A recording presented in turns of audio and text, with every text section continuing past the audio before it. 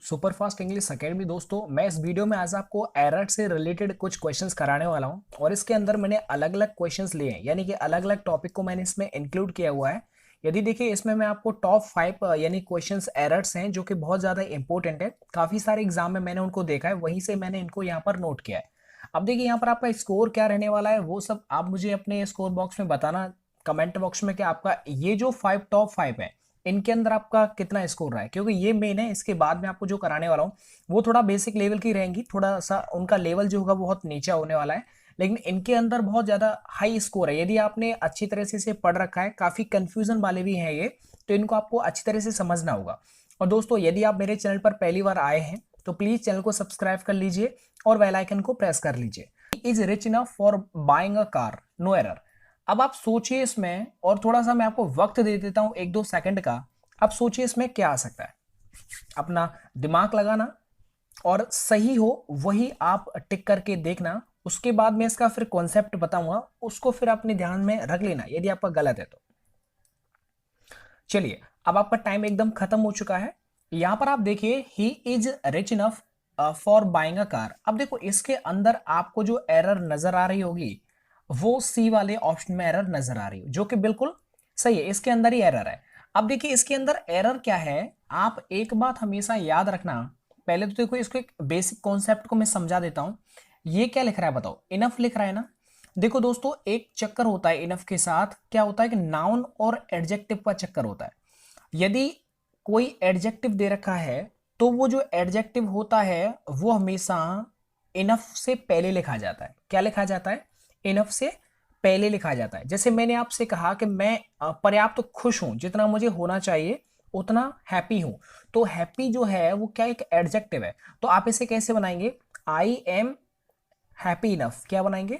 I am happy enough बनाएंगे, या फिर इनफ हैप्पी। आपको बनाना होगा हैप्पी इनफ, क्योंकि हैप्पी एक एडजेक्टिव है और इनफ जो होता है वो एडजेक्टिव के बाद आता है। तो वही इस चीज को आप ध्यान रखना। पहला ये कॉन्सेप्ट क्लियर हो गया।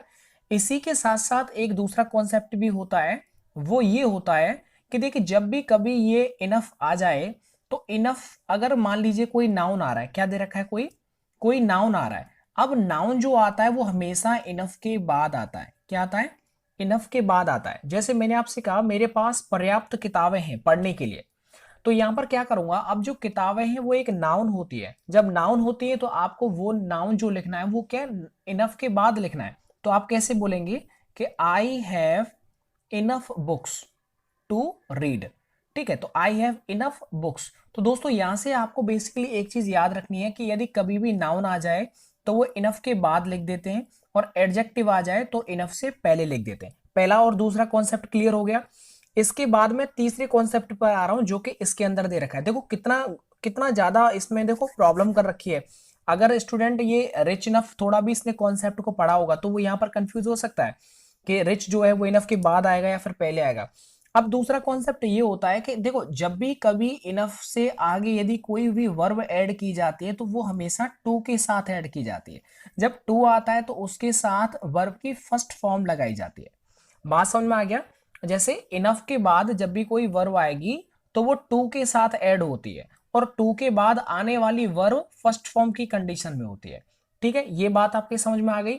अब आप देखिए, इनफ के बाद जो ये वर्ब आ रही है, क्या ये टू से जुड़ रही है? नहीं, ये तो फोर से जुड़ रही है, तो इसका मतलब ये गलत हो जाएगा। यहां पर मुझे क्या ऐड करना है? पहले तो टू लिखना है। इसके बाद सर ने बताया कि टू के बाद आने वाली वर्ब कैसी होती है? फर्स्ट फॉर्म होती है। लेकिन सर देखो, फर्स्ट फॉर्म में ये तो आईएनजी आ रही है, तो आईएनजी वाली तो होती नहीं है, फर्स्ट फॉर्म होती है। तो यहां पर क्या होना चाहिए था? बाई होना चाहिए था। तो ये हो जाएगा, he is rich enough to buy a car, यानी कि वो पर्याप्त पैसे वाला है, वो आराम से एक कार को खरीद सकता है, इतना पैसे वाला है वो। तो मुझे लगता है तीनों कॉन्सेप्ट क्लियर समझ में आ गए होंगे। अगर नहीं आए तो एक बार दोहरा देता हूं। ये देखो, इनफ है। इनफ एक क्या होता है? इनफ का मतलब होता है पर्याप्त मात्रा में, जितना होना चाहिए उतना है, तब उसे बोलते हैं इनफ। अब एक बात याद रखना, जब कभी एडजेक्टिव आ जाए तो वो इनफ से पहले आता है, अगर वो नाउन आ जाए तो इनफ के बाद आता है। बताओ, समझ में आ रहा है यार? याद करने की ट्रिक बताऊं मैं आपको। ये क्या लिख रहा है बताओ? ई लिख रहा है ना। अब बताओ, ई से पहले ए आता है कि नहीं आता? आता है ना। तो बस इनफ से पहले क्या आता है? एडजेक्टिव। अब सोचो, ई के बाद एन आता है कि नहीं आता, ई के बाद ही तो एन आता है, तो देखो यहां पर भी तो इनफ के बाद ही एन आ रहा है, तो बस ऐसे याद रख लो। मजा आ रहा है ना समझने में? यानी यार ई से पहले क्या आता है, ए, तो यहाँ पर एडजेक्टिव जो आएगा वो इनफ से पहले, और देखो एच के बाद क्या आता है बताओ, एन आता है ना, तो ये हो गया नाउन, तो नाउन जो आएगा वो इनफ के बाद आएगा। अगर ये आपको ट्रिक अच्छी लगी है तो फटाफट से एक लाइक जरूर करें। इसके बाद देखिए मुझे लगता है दोस्तों ये तीनों चारों कॉन्सेप्ट आपके समझ में आ गए होंगे। अब इनफ का जो भी प्रॉब्लम वो एकदम खत्म हो गया हुआ। देख सकते हैं 5 मिनट का मैंने टाइम लिया इसे समझाने में, ये बहुत जरूरी था इसलिए इस पर मैंने ज्यादा मेहनत की। इसके बाद है this is the best of the two books. यहां पर मैं आपको टाइम दे देता हूं और इसके अंदर आपको एरर बतानी, पूरे के अंदर क्या एरर है, सोचो और लगाओ दिमाग। इसी तरह के क्वेश्चन आते हैं, देखने में लगते हैं ये बहुत इजी है, लेकिन इनके अंदर कॉन्सेप्ट 2-3 होते हैं ना, तो उलझ जाएंगे आप। अब देखो तुक्का से यदि सही कर देते तो वो तो एक अलग बात है यार, लेकिन अगर अगर आपने बेसिकली उसे पढ़ा होगा तो कंफ्यूज कंफ्यूज वही होता है जिसने पढ़ाई की होगी। अब देखो यहाँ पर मजा आ रहा है ना? अगर मजा आ रहा है तो कमेंट में जरूर बताना कि सर अच्छा लगता है पढ़ने में, मजा आता है। अब देखिए चलो कोई बात नहीं, अगर नहीं आ रहा है तो मैं बताता हूँ।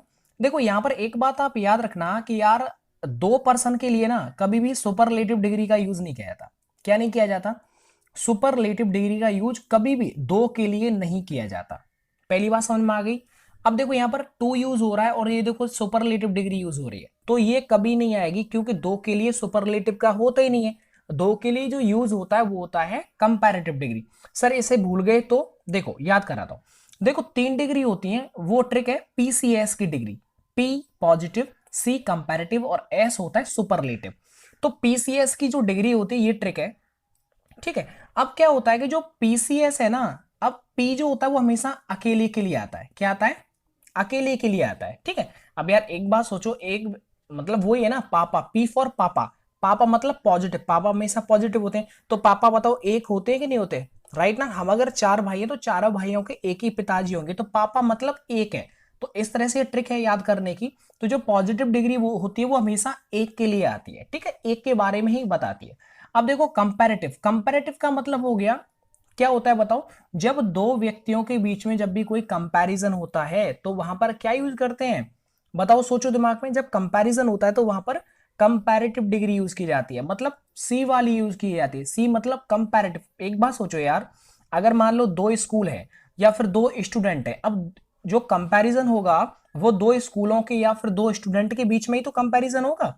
तो कंपैरिजन के लिए याद रखना, अगर टू की कभी बात होती है तो आपको क्या लगाना है?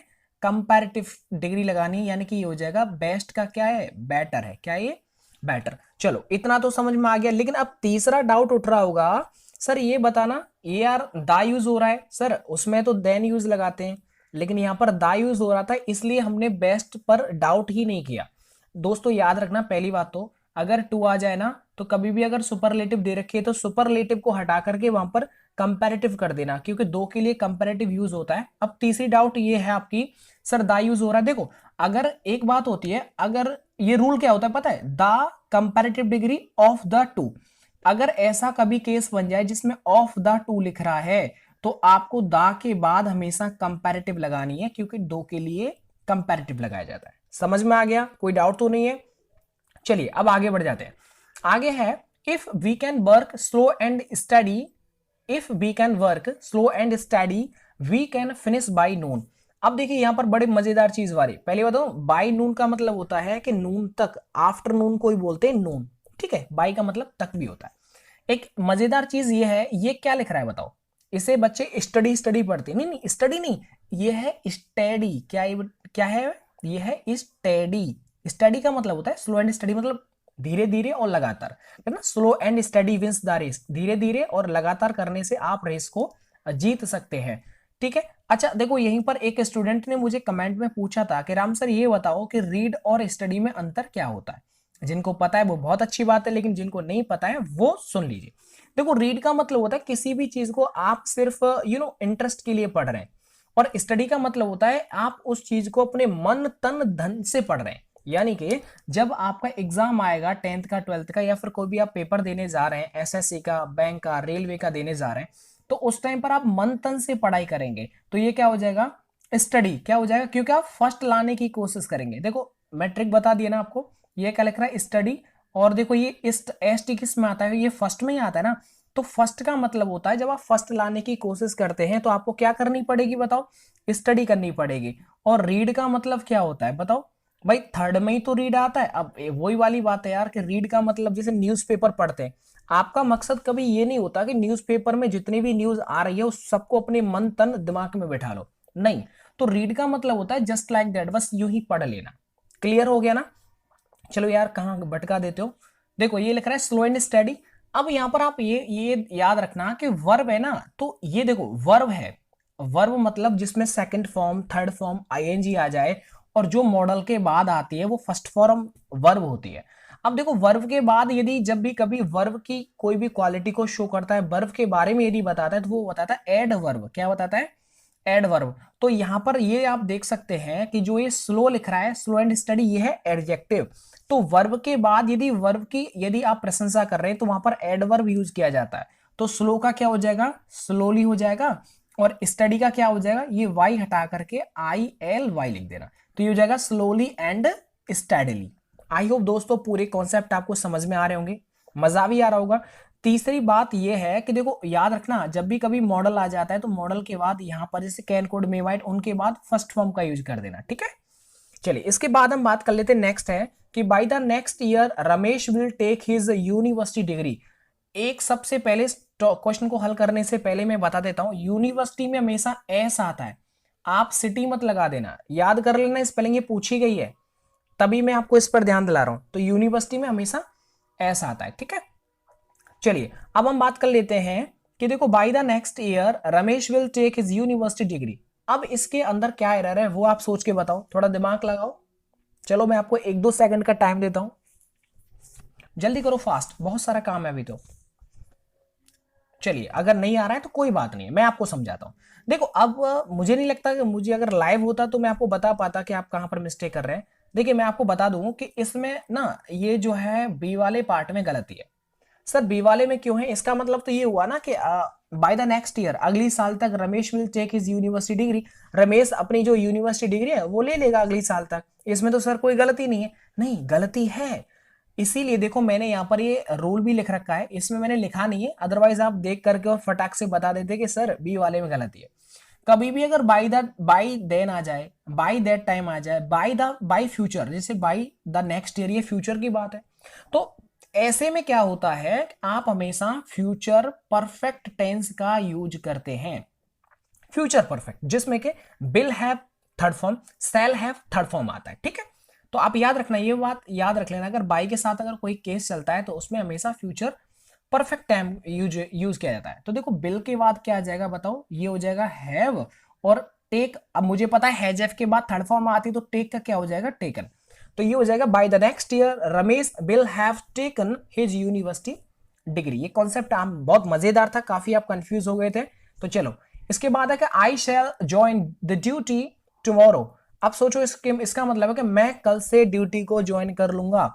अब सोचो इसमें क्या आने वाला है, मैं आपको सिर्फ 2 सेकंड का टाइम देता हूं, जल्दी सोचो। चलो अब आपका टाइम खत्म हो चुका है और इसके बाद मैं आपको बता देता हूं। देखिए आप पता नहीं मुझे लगता है मैक्सिमम आप सेंस लगा रहे होंगे, क्योंकि से के लिए आपने पढ़ा होगा प्रेजेंट परफेक्ट कंटिन्यूअस टेंस में, फ्यूचर में भी है ना, उसमें पढ़ा होगा कि जब भी कभी से आ जाए तो वहां पर सेंस लगा देते हैं। आप दोस्तों हमेशा याद रखना, सेंस का यूज कब किया था, जब देखो कभी यहां पर सेल हैव बीन आ जाता, विल हैव बीन आ जाता, या फिर हैज बीन हैव बीन आता, तभी तो आप सेल और फॉर का यूज करते हैं। तो देखो अगर कभी भी फ्यूचर का टाइम आ जाता है और फ्यूचर से आप कोई भी कार्यक्रम स्टार्ट करने वाले होते हैं, तब आप हमेशा याद रखना, फ्यूचर से स्टार्ट करने वाली कोई भी एक्टिविटी तो उसमें हम फ्रॉम लगाते हैं। क्या लगाते हैं, फ्रॉम। जैसे आपने कहा सर मैं कल से आऊंगा कोचिंग पढ़ने के लिए, मैं कल से आऊंगा, तो फ्यूचर में एक्टिविटी होने वाली तो आप फ्रॉम लगाएंगे, ना कि सिंस और फॉर। क्योंकि सिंस और फॉर तो पास्ट से लेकर के अब तक की हुई एक्टिविटी उस टाइम पर लगाते हैं। जैसे मैंने आपसे कहा मैं सुबह से पढ़ रहा हूं, तो सुबह से लेकर के अब तक, तो वहां पर हम सिंस और फॉर क्या यूज करते हैं, नहीं करते। वो इसीलिए यूज करते हैं क्योंकि जब कोई एक्टिविटी पास्ट से लेकर के अब तक चल रही होती है तो उनमें तो हम सिंस फॉर लगा देते हैं, लेकिन जो एक्टिविटी फ्यूचर में स्टार्ट होने वाली है उसके लिए से के लिए हमेशा फ्रॉम लगाते हैं, ठीक है। ये तो आएगा ही नहीं, सेंस ये तो आएगा नहीं, ठीक है। तो मुझे लगता है कॉन्सेप्ट आपको पूरा क्लियर समझ में आ गया होगा। चलिए क्विक रिकैप टेस्ट मैंने इस दिन करवाया था फोबिया के, ये साइड में रखे हुए हैं, फटाफट से इनके ऊपर भी नजर मार लेंगे। पहले बेसिक क्वेश्चंस की तरफ हम खत्म करते हैं। देखिए क्वेश्चन है कि नाइदर ही नॉर आई, ये बहुत नॉर्मल क्वेश्चन है, आप आराम से बता सकते हैं। चलो कॉन्सेप्ट ही बताते जाऊंगा। Neither he nor I there, सोचो वॉज वर एम आर में से क्या आएगा, दिमाग लगाओ और सोचो इसमें क्या आ सकता है। बात है कि I know write a letter, मैं जानता हूं लेटर कैसे लिखा जाता है। तो दोस्तों इसके अंदर आपको बताना है इसके अंदर क्या गलती है। देखो यहां पर मैं बता देता हूं आपको, ये दो वर्ब हैं और ये दो वर्ब हैं, तो दो वर्बों को जोड़ते हैं तो आपने सुना होगा कि टू से जोड़ देते हैं, ये सुना है ना। लेकिन यहां पर केस दूसरा है, आपने यह सुना है कि जब दो वर्बों को हमेशा टू से जोड़ देते हैं, लेकिन यहां पर केस दूसरा है। तो सोच के बताओ यहां पर क्या आ सकता है। चलिए मैं बता देता हूं, यहां पर देखो टू आएगा ही नहीं, क्योंकि आप एक बात याद रखना, जब नो के बाद कोई वर्ब जोड़ी जाती है तो वो क्या होता है कि 90% केसेस में क्या होता है कि वो हाउ से जोड़ी जाती है। किससे जोड़ी जाती है, तो नो के बाद आगे आने वाली वर्ब किससे जोड़ी जाती है, हाउ से आप जोड़ सकते हैं। देखो नॉट नहीं आएगा क्योंकि वर्ब को जोड़ना है, नो एरर, इसके अंदर एरर है, क्या आ जाएगा, हाउ आ जाएगा। ठीक है, समझ में आ गया।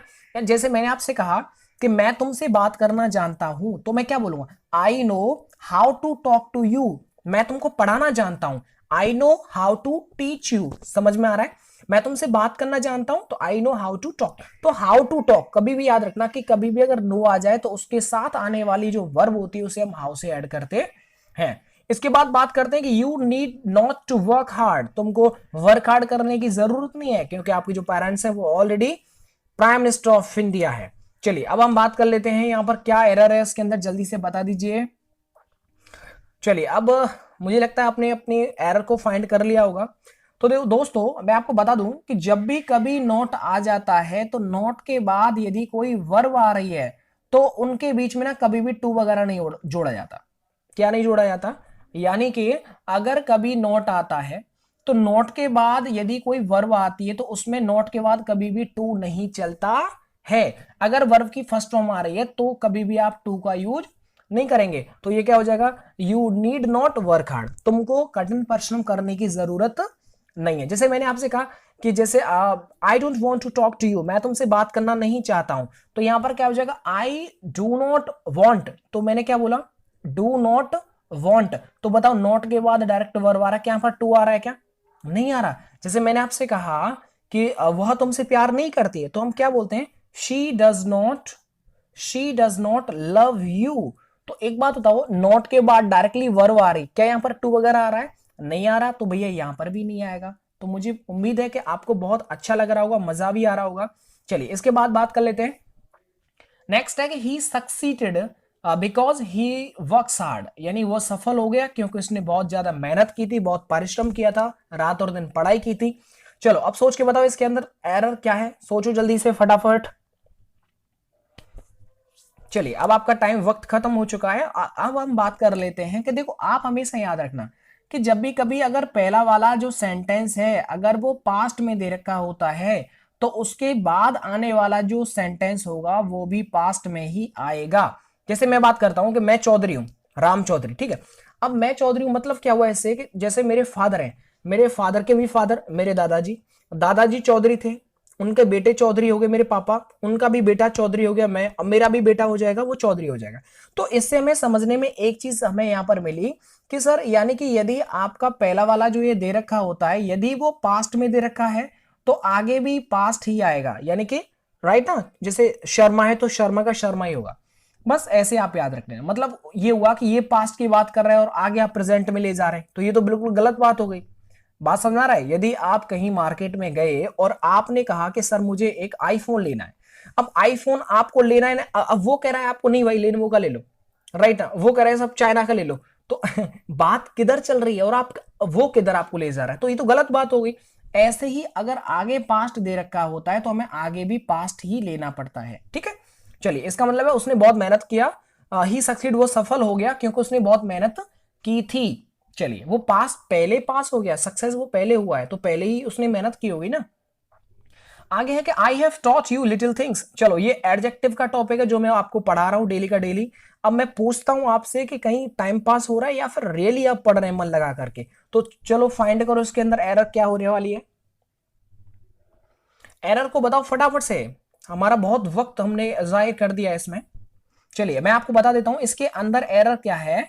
इसके अंदर एरर है लिटिल। देखो मैंने आपको समझाया था कि कभी भी जो फ्यू आता है ना, वो फ्यू हमेशा काउंटेबल होता है, लेकिन जो लिटिल होता है वो अनकाउंटेबल होता है। अब देखो यहाँ पर थिंग्स ये प्लूरल दे रखा है, इस प्लूरल उसी का बनता है जो काउंटेबल होती है। तो काउंटेबल के लिए हमेशा क्या लगाते हैं, फ्यू लगाते हैं। बताओ क्या लगाते हैं, फ्यू। ऐसा लग रहा है ना, मतलब ये फीस लिख रहा हो, फीस।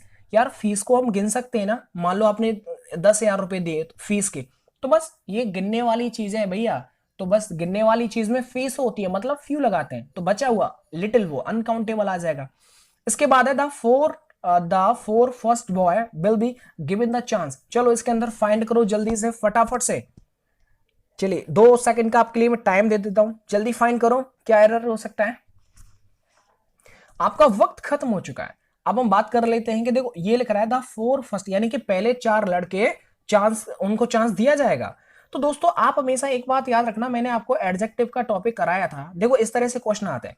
मैंने उसमें बताया था कार्डिनल नंबर और एक ऑर्डिनल, 2 बताए थे, कार्डिनल और एक बताया था ऑर्डिनल, बताया था ना। तो इसके अंदर क्या होता है, देखो ये जो 4 लिख रहा है वो कार्डिनल है, राइट ना। और जो फर्स्ट सेकंड थर्ड फोर्थ होता है, ये देखो और ये क्या आरडी आ रहा है थर्ड, यानी कि ये हो गया ऑर्डिनल नंबर। तो इसके अंदर अगर कभी भी अगर ये कार्डिनल और ऑर्डिनल नंबर आ जाए, तो आपको क्या करना है, सबसे पहले ऑर्डिनल लिखना है, उसके बाद लिखना है आपको कार्डिनल, ये उल्टा करके लिखना है। सर अगर मान लो हम इसे भूल गए, तो चलो ये तो आपने मुझे याद करा दिया कि कार्डिनल बोलते हैं 1 2 3 4 1 2 3, लेकिन ऑर्डिनल बोलते हैं फर्स्ट सेकंड थर्ड फोर्थ। लेकिन सर अब इसे याद कैसे करेंगे, पहले कैसे आएगा। देखो ये लिख रहा है ना ऑडी, ऑडी एक गाड़ी होती है ना, बहुत अच्छी गाड़ी होती है। अब जब अच्छी गाड़ी है तो एक बात होता है कि ऑडी गाड़ी है, तो ऑडी को सबसे पहले लेंगे ना। यदि मान लीजिए शादी में आपको राइट ना बोला जा रहा है कि आप जो भी गाड़ी चाहें वो आप खरीद सकते हैं, तो आप बताओ कोई कार खरीदेंगे या फिर ऑडी गाड़ी खरीदेंगे, आप ऑडी खरीदेंगे। तो बस ऐसे याद रखो, जो ऑडी होती है वो पहले ली जाती है, कार हमेशा बाद की प्रायोरिटी होती है। तो यहाँ पर जो फर्स्ट है वो पहले आएगा और जो 4 है वो यहाँ पर आएगा। तो ये हो जाएगा the first 4 boys will be given the chance. ठीक है, आई होप दोस्तों क्लियर समझ में आ गया हो। चलो अगर ये याद हो गया तो फटाफट से एक लाइक जरूर दे दें इस वीडियो को। और यहां पर हम बात कर लेते हैं, चलो इस फोबिया को मुझे लगता है आप भूल नहीं गए हो, एक बार फटाफट से रिकैप करवा देता हूं। ये देखो ये एंड्रो लिख रहा है, मतलब आदमी, इसको आदमी से मेल से फीवर जो डर लगता है। ये क्या लिख रहा है, एपीओ, मतलब पीओ का मतलब क्या होता है, यानी कि जिसे मधुमक्खियों से डर लगता है। एस्ट्रो अस्त्र, अस्त्र शस्त्र किसमें, जब बादल के अंदर बिजली कड़कती है, तो मतलब लाइटनिंग। ऑटो मतलब अकेला, ऑटो मतलब वही ना गाड़ी चलाने वाला, अकेला था उसे डर लगता है, अकेला पर्सन को। ये लिख रहा है एक्रोफोबिया। यहां पर क्या लिख रहा है, एसी, एसी का जिसे हाइट से, ऊंचाई से, जिसे हवास की ऊंचाई से डर लगता है उसे एग्रोफोबिया। आगरा जैसी साउंड आ रहा है, आगरा एक ओपन स्पेस है, ये सेम बता दिया। ये क्या लिख रहा है, इलूरो मतलब इल्लू मतलब बिल्लू, जिसे बिल्ली से डर लगता हो। आगे देखो ये बैटरा, जिसे टर कौन करता है, फ्रॉग करता है, जिसे फ्रॉग से डर लगता हो। ये लिख रहा है बेलन, बेलन इस आकृति का होता है, मतलब सुई निडल से जिसे डर लगता हो। स्वाइनो मतलब स्वान, मतलब कुत्ते से डर लगता हो। गैबो शादी विवाह में क्या होता है, गेम होता है ना ऐसे, राइट, इस पानी होता है, इसमें आपको रिंग ढूंढना पड़ता है, तो जिसे शादी से डर लगता हो। डाइनो, डाइन क्या करती है, वो पेन करती है, अगर किसी को मारेगी खाएगी तो पेन होगा, तो ये हो जाएगा पेन से डर लगता हो। आगे देखो गेटो, गेटो नहीं होता वो कैट होता है, तो जिसे बिल्ली से डर लगता हो। आगे देखो एरोफोबिया, ये तो बहुत मजा है यार। एरो मतलब जिसे you know the fear of flying, जिसे आकाश में उड़ने से डर लगता हो, जिसे आप फ्लाइट के अंदर बैठे से डरते हैं। आगे देखो ओफिडियो, ओफी फुसकार कौन मारता है, सांप, स्नेक, जिसे स्नेक से डर लगता हो। तो मुझे उम्मीद है दोस्तों आपको ये वीडियो बहुत अच्छा लगा होगा, बहुत आपके पुराने कॉन्सेप्ट भी दोबारा से रिवाइज हो गए होंगे। यदि ये मेहनत आपको अच्छी लगी है तो इस वीडियो का प्लीज एक लाइक दें और अपने दोस्तों में शेयर करें। ऐसे ही मैं बहुत अच्छे अच्छे कॉन्सेप्ट के साथ नई वीडियो के साथ फिर से हाजिर होगा। तब तक के लिए जय हिंद, जय भारत।